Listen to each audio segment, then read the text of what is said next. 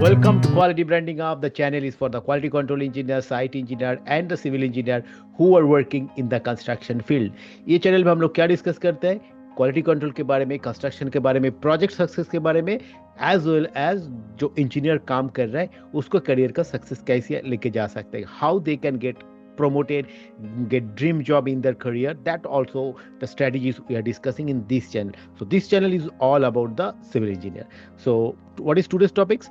Today's topic is the continuation of the PT concrete. तो आज हम बात करेंगे पीटी कंक्रीट में क्या क्या मटेरियल चाहिए. हमने कंपोनेंट का बात कर दिया, इक्विपमेंट का बात कर दिया, तो आज क्या क्या मटेरियल हमको चाहिए पीटी कंक्रीट के लिए. तो आज का वीडियो में एज पर आईएस कोड आज का वीडियो हम बात करेंगे each and everything about this. So stay tuned until then to get the full information. And if you are new in my channel, kindly subscribe my channel and hit the bell icon so that whenever I upload a new video you will get immediate notification. So without wasting time, let's jump into the subject, that is materials for PT concrete. तो PT concrete के लिए हम लोग already एक series चालू किया. अभी हम लोग ऑलरेडी 7 वीडियो बना दिया. तो मेरा रिक्वेस्ट है, अगर आप लोगों को पहला वाला 7 वीडियो नहीं देखा है तो प्लीज़ वॉच कीजिए, लिंक डिस्क्रिप्शन में है. तो उसमें क्या होगा ना, आपको पीटी कंक्रीट के बारे में जानकारी मिल जाएगा. तो उसी के बाद आप इसमें आइए तो आपको पीटी कंक्रीट में जाने के लिए ईजी हो जाएगा. Otherwise it will start from the middle. तो it's my request, click in the link in the description, watch the previous video and then come. No, pause the video. Okay, thank you. I hope you watch all the video. Now in this video is the materials for PT concrete. क्या क्या material चाहिए? See, concrete है तो हमको concrete का material चाहिए. Same way हमको PT का मटेरियल चाहिए, that is a PT strand, PT steel, etc. तो इक्विपमेंट में हम लोग बात कर दिया, पीटी कंपोनेंट में हम लोग ऑलरेडी बात कर दिया. तो इसमें मटेरियल में हम लोग क्या चाहिए, पहले सीमेंट चाहिए कंक्रीट के लिए, मिनरल एडमिक्सचर चाहिए, एग्रीगेट्स चाहिए, वाटर चाहिए, केमिकल एडमिक्सचर चाहिए एंड स्टील चाहिए. स्टील 2 टाइप का है, that is untension steel and prestressing steel. तो एक एक करके हम आएंगे जो एज पर IS 1343 क्या क्या क्राइटेरिया है to select the right kind of material for the PT concrete.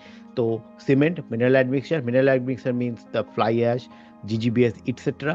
Aggregates, that is a fine aggregate and the coarse aggregate. Water, chemical admixture, all we know that the plasticizer, retarder, super plasticizer, VMA, that all is coming into the chemical admixture. And steel, one is untension steel, another is pre-stressing steel. क्योंकि PT में 2 type का टील्स रहता है, एक जो normal steel हम लोग use करते हैं IS 1786 के हिसाब से, और दूसरा है जो हम स्ट्रेस करते हैं, पीटी स्ट्रैंड बोलते हैं, वो आपका ये है द प्री स्ट्रेसिंग स्टील. सो ये दोनों है मटेरियल. तो अभी हम जाएंगे आइस कोड में. तो आइस कोड में हम देखेंगे जी एज पर आइस कोड क्या बोलते हैं.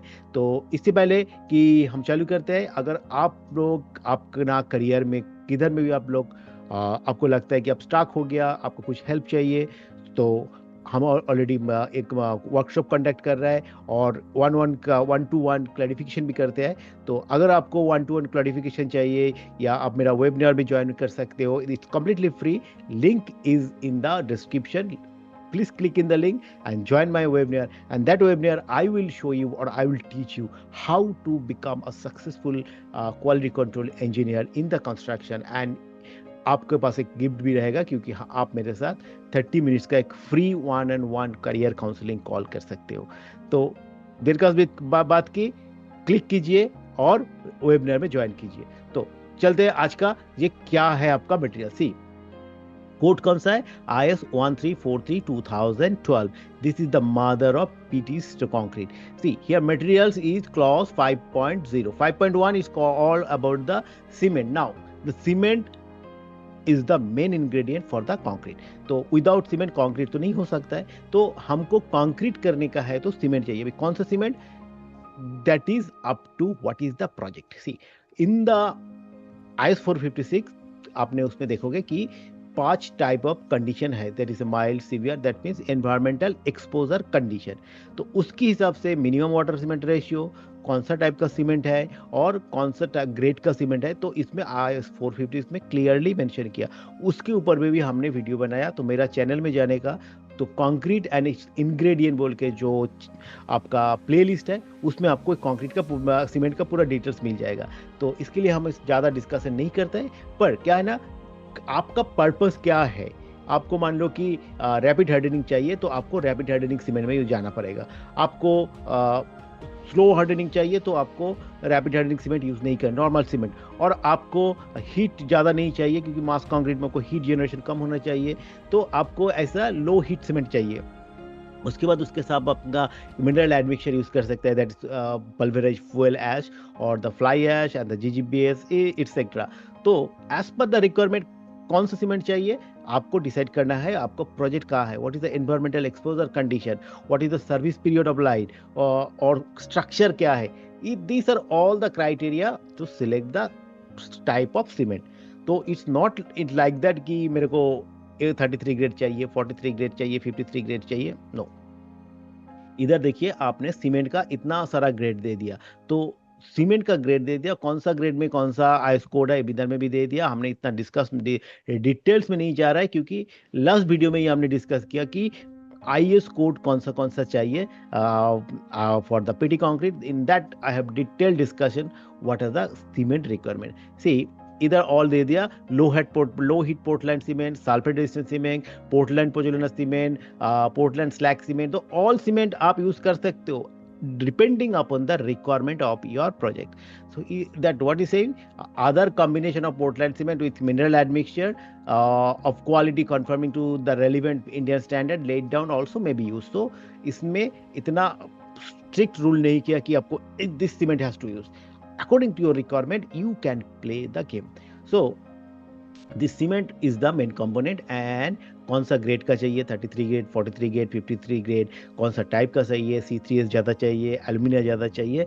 तो according to your project requirement आपको ऐसे जाना है। तो उसके लिए हम सीमेंट के लिए भी तो हम लोग प्राय 10-12 वीडियो बनाया, वो आप देख सकते हो in my playlist concrete and it's ingredient. Now इधर आप क्या बोल रहे हैं, next is coming mineral admixture. Mineral admixture used shall conform the 5.2 of IS 456। तो देखो IS 456 में ये देखो 5.2 क्या बोल रहा है, pozzolanic material conforming to relevant Indian standard may be used with the permission of the engineer in charge provided uniform blending with cement is ensured. So pozzolanic material can be used as a mineral admixture. Now we are all using mineral admixture क्योंकि direct all 400 kg 450 kg cement we are not using. We are using in combination with fly ash, GGBS, metakaolin, microsilica, that all are we are making different types of mixed design. So codal provision is also given that pozzolana we can use. Then fly ash conforming to grade 1 of IS 3812। ये आपको एकदम जरूरी है कि fly ash का grade जो है 3812 grade 1, this IS fly ash only you have to use. क्योंकि फ्लाई ऐश में क्वालिटी में बहुत फर्क आ जाता है, तो आपका कंक्रीट का स्ट्रेन ड्यूरेबिलिटी में भी प्रॉब्लम आ जाता है कंक्रीट प्रॉपर्टीज में। तो इसीलिए जब फ्लाई ऐश यूज करना है तो फ्लाई ऐश को आपको एकदम बराबर चुन के लेने का, इसलिए is confirming grade 1 IS 3812. Then silica fume also you can use. Silica fume conforming to standard approved by the deciding authority may be used as part replacement of cement providing uniform blending. तो fly ash आपका PVA pulverized fuel ash, pozzolanic material, silica fumes, then a rice husk ash, that also we can use. That rice as giving record performance and uniformity characteristics may be used with the approval of the deciding authority. That code has given that provision that can also be used. Then metakaolin having fineness between 700 to 900 meter square per kg may be used as a pozzolanic material in concrete because it has huge reacting property. So it's giving the strength and its compressive strength also it's high. So for the high strength of concrete metakaolin is used. So that also can be used, but there is a dosage limit where you can get an IS 10262. they have the given the dosage, कितना dose हमको देना है और कितना maximum हम लोग जा सकते हैं metakaolin, silica fume, everything. So go that one and you find that. And then grounded blast furnace slag, commonly we know that the GGBS and IS code, that is IS 12089 is the code. So अब GGBS can also be used. So what we can use as a mineral admixture? Pozzolana, fly ash, silica flume, rice husk, metakaolin, GGBS.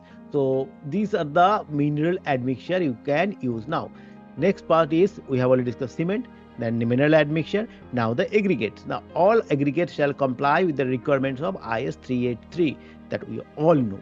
That for the concrete, हम लोग no concrete के लिए जो aggregate है, that has to follow IS 13 और IS 383. तो हम उतना डिटेल्स में नहीं जा रहा है, क्योंकि आप लोग ऑलरेडी जानते हो. अगर नहीं है मेरा कंक्रीट एंड इट्स इंग्रेडिएंट्स जो हमारा फाइल है, उसमें जाइए, आपको पूरा जानकारी मिल जाएगा इसके बारे में, एग्रीगेट के बारे में. तो aggregate should be IS 383. Now, this means what is the size of aggregate? The nominal maximum size of coarse aggregate should be as large as possible within the limit specified, but in no case greater than 1/4 of the minimum thickness of the member, provided that the concrete can be placed without difficulty. So, the surrounding all pre-stressing tendons and reinforcement thoroughly and fill the concrete. For most work, 20 mm aggregate is suitable. तो 1/4 of the least dimension of the member आपका maximum size, but normally 20 mm is okay. The nominal maximum size of aggregate shall be 5 mm less than the spacing between the tendon. That means आपका tendon का जो spacing है उससे -5 mm छोटा होना चाहिए. Duct और अनटेंशन स्टील वेयर प्रोवाइड, क्योंकि अगर स्पेसिंग से बड़ा हो गया तो नीचे नहीं जाएगा, कंक्रीट यूनिफॉर्म नहीं होगा, कंक्रीट हर जगह पहुंच नहीं पाएगा. इसलिए that is the requirement, all we know. So these are the requirement for the aggregate. Next is water. The water requirement used for the mixing as 5.4 IS 456. Okay, आपको अगर इसके बारे में भी ज़्यादा जानकारी है तो हमने ऑलरेडी एक वीडियो बनाया जो what is the water quality of the concrete, वो भी आपको जो प्लेलिस्ट है कंक्रीट एंड इट्स इंग्रेडिएंट उसमें आपको मिल जाएगा. तो हियर देखिए, mixing shall be clean and there are three criteria to utilize 100 mm sample of water using phenolphthalein, that you have to make this one, and pH is less than 6, and here you can see organic compound 2000 milligram per liter, inorganic 3000 milligram per liter, sulfate as SO3 400 milligram per liter, chloride 2000 milligram per liter for concrete not containing steel, and 500 milligram per liter for concrete reinforced concrete work, and suspended matter 200 milligram पर litre. तो आपको जो water है, आपको water भी test करना है, और this table has to satisfy. तो वाटर के लिए भी आपको दे दिया इधर. आप उसके बाद आइए chemical admixture. Chemical admixture shall be used according to 5.5 of IS 456. तो 5.5 देखिए एडमिक्सचर दे दिया. Admixture use shall comply with IS 9103. Now I have already made a detail video, एक एकदम कंप्लीट वीडियो बनाया मिनरल केमिकल एडमिक्सचर का as per IS 9103. कहाँ मिलेगा? वो प्लेलिस्ट में मिलेगा, कंक्रीट एंड इट्स इंग्रेडिएंट, और इन द डिस्क्रिप्शन. तो वो वीडियो आप लोग देख लीजिए, उसमें आपको पूरा जानकारी मिल जाएगा कि केमिकल एडमिक्सचर क्या है, क्या मैक्सिमम डोजेज है, और कैसे यूज़ करने का है. जैसे हम लोग यूज़ करते हैं retarder, plasticizer, super plasticizer, viscosity modifying agent, this all are the chemical admixture. तो केमिकल एडमिक्सचर का यूज़ करना है, उसका भी डोजेज है. तो admixture should not impair durability of concrete nor combine with the constitution of to form harmful components. तो the compatibility is there कि हमने जो यूज़ कर रहे हैं वो कंक्रीट के साथ रिएक्ट नहीं करेगा, और उसका ड्यूरेबिलिटी और स्ट्रेंथ के ऊपर कोई इफेक्ट नहीं करेगा. तो these are all the criteria you have to satisfy for the admixture. तो admixture कौन सा है? IS 9103 for the pre-stressed concrete. Now हमने ऑलरेडी क्या क्या बात कर लिया? सीमेंट बात कर लिया, मिनरल एडमिक्सचर बात कर लिया, एग्रीगेट बात कर लिया, वाटर बात कर लिया, केमिकल एडमिक्सचर बात कर लिया. Now the next part is coming, the concrete is gone. Now the steel, क्योंकि हमारा जो पीटी कंक्रीट है that is reinforced concrete, not the plane concrete. तो पीटी कंक्रीट में आपका दो टाइप का स्टील होता है, प्रीस्ट्रेसिंग एंड अनटेंशन स्टील. नाउ जैसे हमने ऑलरेडी बताया कि एक होता है नॉर्मल स्टील जो हम लोग जो रीइंफोर्स कंक्रीट करता है जिसके हिसाब से, तो उसका आईएस कोड कौन सा है देख लीजिए. Untension steel mainly harden steel where fabric conforming to IS 1786. It's a normally we are using. तो उसको क्या क्या क्राइटेरिया होना चाहिए, what is the physical and chemical properties, तो उसके लिए भी हम एक वीडियो है, तो वो भी आप चेक कर लीजिए, मेरा प्लेलिस्ट में है. जाके देख लीजिए, तो उसमें आपको पता चला जाएगा, हमको उतना ज़्यादा डिटेल्स में नहीं जा रहा है। तो ये हो गया अनटेंशन स्टील। तो कोई अगर माइल्ड स्टील यूज़ करना चाहता है दैट इज़ IS 432, अगर कोई स्टील वेयर फैब्रिक यूज़ कर रहा है that is IS 1566, but normally we are using 1786। तो ये हो गया आपका अनटेंशन स्टील का कोड। And now prestressing steel. Pre-stressing steel is hard-drawn steel ware for cold-drawn stress relief conforming to IS 1785 Part 1. Then indented ware conforming to IS 6003. देखिए, then high tensile steel bar conforming to IS 2090, then uncoated stress relief and conforming to IS 6006, and uncoated stress relief roll relaxation 7-ply strand conforming to IS 14262. तो 3 types mainly they दिया। एक है कि normal steel that is stress relief strand conform to IS 606, and that is a low relaxation, that is IS 14262. Now modern concrete, in petty concrete we are all using this LRPC, that is mean low relaxation PC strand. Now what is low relaxation and हम लोग क्यों इसमें जा रहा है, तो next video में हम लोग आएंगे कि रिलैक्सेशन क्या है, लो रिलैक्सेशन क्या है, उसका लिमिट कितना है, उसको कितना परसेंटेज में रखना है, तो उसके हिसाब से हम एकदम डिस्कस करेंगे। तो इसमें हम लोग 2 टाइप का स्टील है, एक है normal steel that is IS 1786, और LRPC that is the low relaxation PC strand that is IS 14268। But normal relaxation steel that can also be used, that is IS 6006, but the industry practice now it's widely used, that is a 14268. So these are all about the what is the material required for the PT concrete or the pre-stress concrete. So I hope you find it useful, and if you find it useful, kindly subscribe my channel and hit the bell icon so that whenever I upload a new video you will get immediate notification. And I'm waiting for your valuable comments, so that from your valuable comment everybody will be benefited. And if you want to know anything more about quality control and construction, please let me know. I will come with more content like this. And thank you once again for watching me.